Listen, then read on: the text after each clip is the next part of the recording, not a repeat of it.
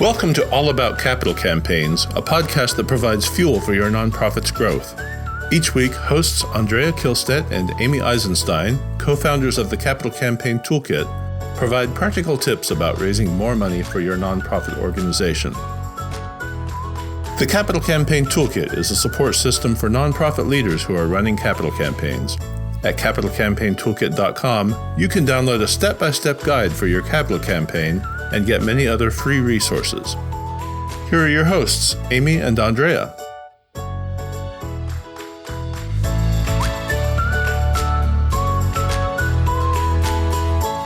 So today we are really excited to be talking about how to ask for more than one gift at a time.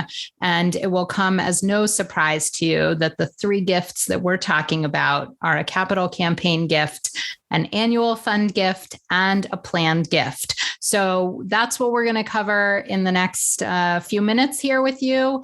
And we really want to think about how to be strategic and thoughtful when you're asking for a gift, and always, if possible, ask for more than one gift at once. Andrea, how do you think about asking for more than one gift at a time? So, Amy, because I knew we were going to cover this topic, and I really sat myself down to think about how I feel about being asked for more than one gift at a time. It's always helpful to think from your own perspective as a donor. It gives you a little window. Not that every donor thinks the way you do or the way I do or the way Amy does. Everybody is a little different, but that's at least a starting place into that. And it strikes me that there are some organizations that I feel strongly about and have a deep, long relationship with that I don't mind.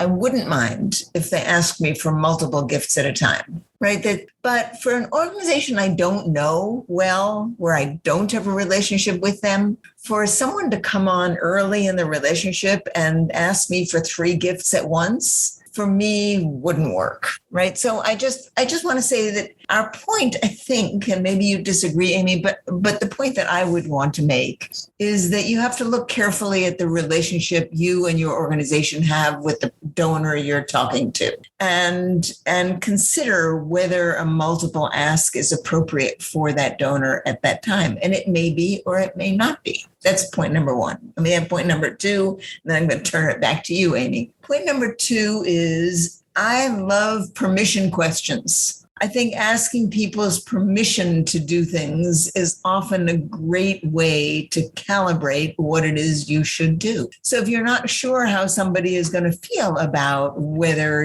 you should be approaching them for a planned gift, you can ask permission. You can be asking them for an annual gift, and you can say, there are two other kinds of fundraising we're doing. One is we have a capital campaign going, and the other is that we are really ramping up, our efforts to get people to include us in their wills. Would it be okay with you if I talk to you about all three of these? Yes. Getting permission to do that is, I think, critically important, even if your relationship with the person is really quite robust. Yes, I agree. I think it's important always to ask for permission, and so that the person sitting across from you, whether virtually or actually in person, is a willing participant in the conversation. Otherwise, it's probably not going to go that well. Yeah, I mean, permission questions are good in all kinds of situations. If you know the arc of the ask, which is the way we do solicitation training, that's full of permission questions. Can we move to the next stage of this conversation? The idea of getting people's concurrence to talk about something or to move to a particular part of a conversation, I think is a powerful notion. Right. This idea, Amy, of asking for multiple gifts often comes up for organizations who are in capital campaigns. And the question that fuels it, that we hear a lot, is, isn't my campaign going to cannibalize my annual fund? That's how it presents, right? I'm going to go and ask people for a $50,000 gift. They give me $1,000 a year for an annual fundraising. right? How in heaven's name am I going to make that work so that they keep giving the $1,000 and I can ask them for $50,000? So that's the lens through which we look at this conversation. That's right. Because nobody wants their annual fund to tank during a capital campaign. And we certainly don't want that either. And so when you're approaching donors for a capital campaign, you want to make sure that you're making it crystal clear that they're also supporting the annual fund in addition to whatever campaign gift they decide to make, that it's over and above the annual fund gift, because you can't build the capacity of the organization and let your current programs and services go by the wayside.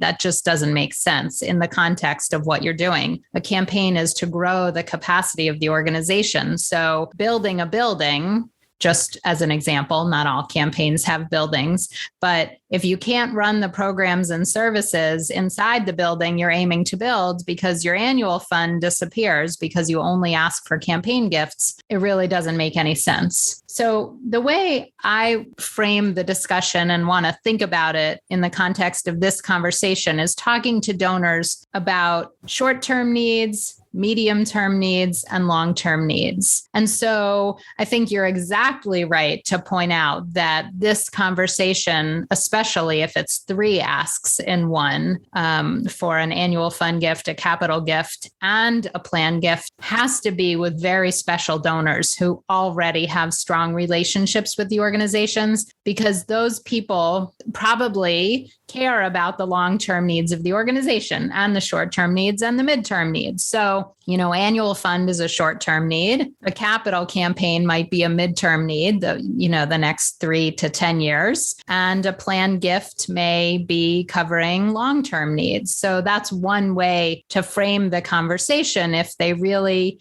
care about the mission and the cause and the organization, do they want to provide or consider providing at this point or at least start the conversation for all those gifts? But I think that almost everybody you're asking for a campaign gift, you're also asking for an annual gift at the same time, and acknowledging that the campaign and what's covered in ongoing programs and services are different. And it's an opportunity to educate your donors. So I don't want anybody who's in a campaign to miss that opportunity to have that conversation with donors. It doesn't mean they're going to give you 3 gifts, but you should be having the conversation. The other thing I think it's important that we bring up, and there are several other things actually, but the one on my mind at the moment is that on one side, you have well pointed out that the organization has multiple needs, right? Every organization has multiple needs. On the other side,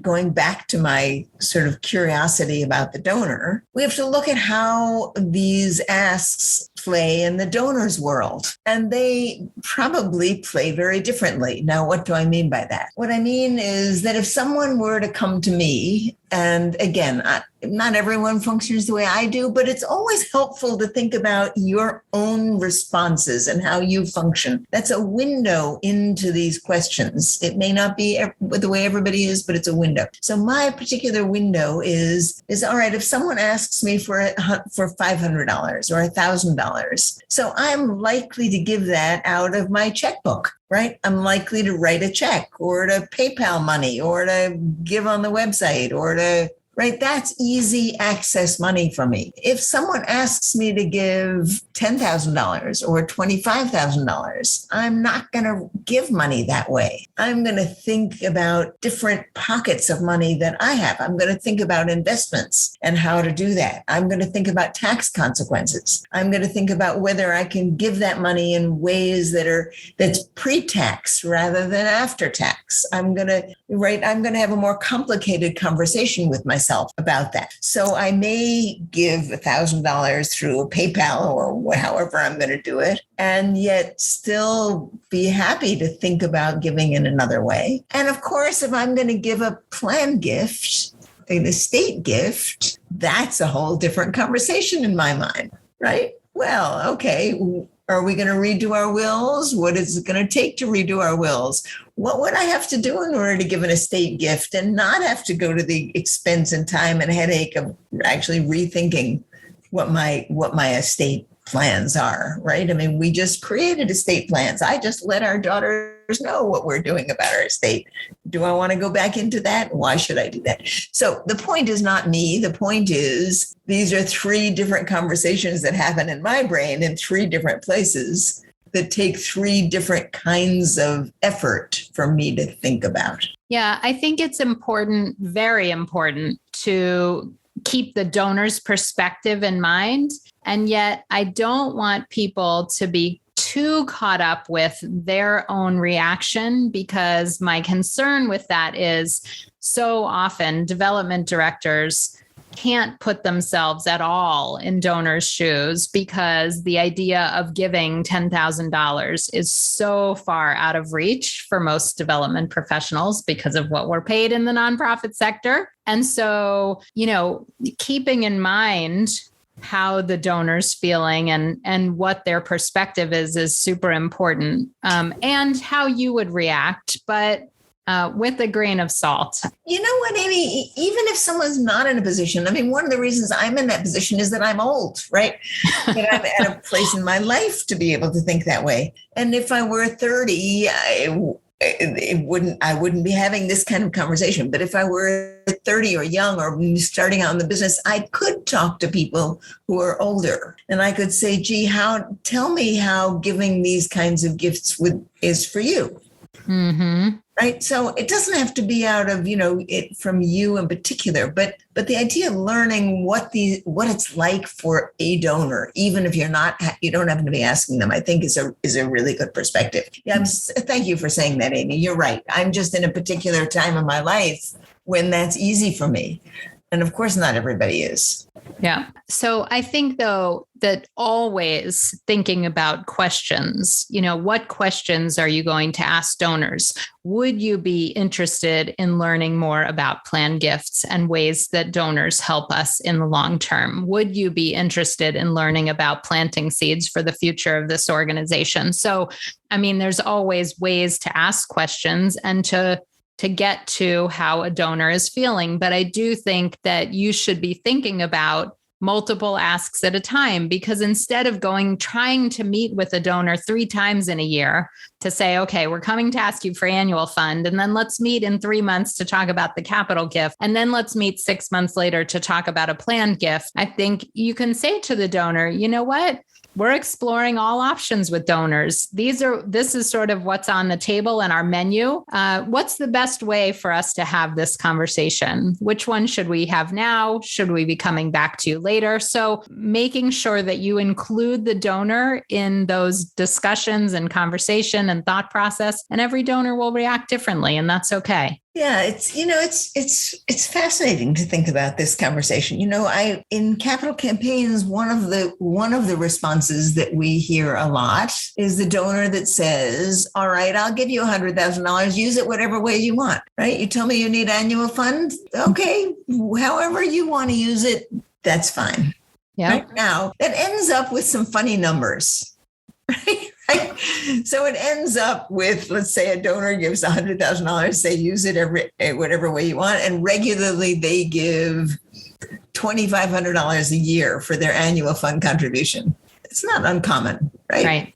For that to happen. Well, all of a sudden they're making a $2,500 a year. They're making a $2,500 gift to the annual fund, and they're making a $97,500 yeah, to the capital giving, and the naming opportunities start at 100. Right. Right. So then how do you skin that cat? Right. How do you juggle that? Do you go back to the donor and say, listen, if you gave another $2,500, you'd do the $100,000 naming opportunity?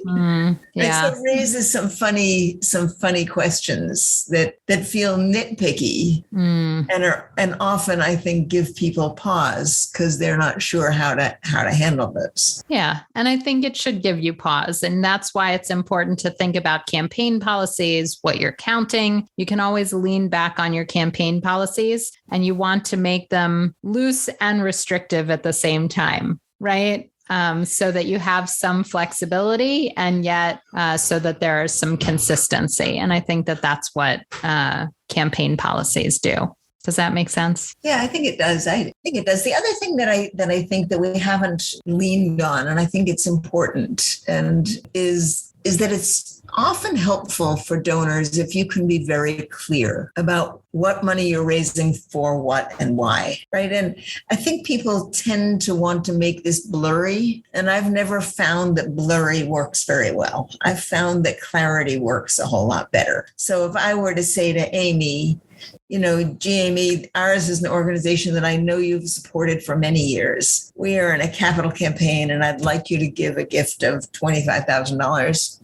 To that, you can pledge it over time, but you've always given $1,000 a year to our organization on top of your campaign gift. I'd love it if you'd consider continuing on with that $1,000 gift. How does that sound? Right? That's, I think, clean and clear, right? And then when she says, yes, of course, Andrea, that's your cue. then I would say the other thing we are doing is trying to get a whole bunch more people to include us in their estate plans. Is this something that you and Alan might want to talk about? So that's a permission question over and above it. 3 asks, 1 visit, all clearly defined. Love it. I love it. All right. I think this was a great conversation on how to integrate multiple asks into one visit, one meeting, one ask, whatever you want to call it. But I think that it is an issue that comes up again and again, and it does address a problem of, how many times are you going to get in front of your donors? If you've got 1 visit per year, then honestly, multiple asks are appropriate and important and necessary. And that way you can spend the rest of the year doing cultivation and stewardship, which is always important. All right. Thank you so much for having this wonderful piece of the conversation, and we'll see you next time.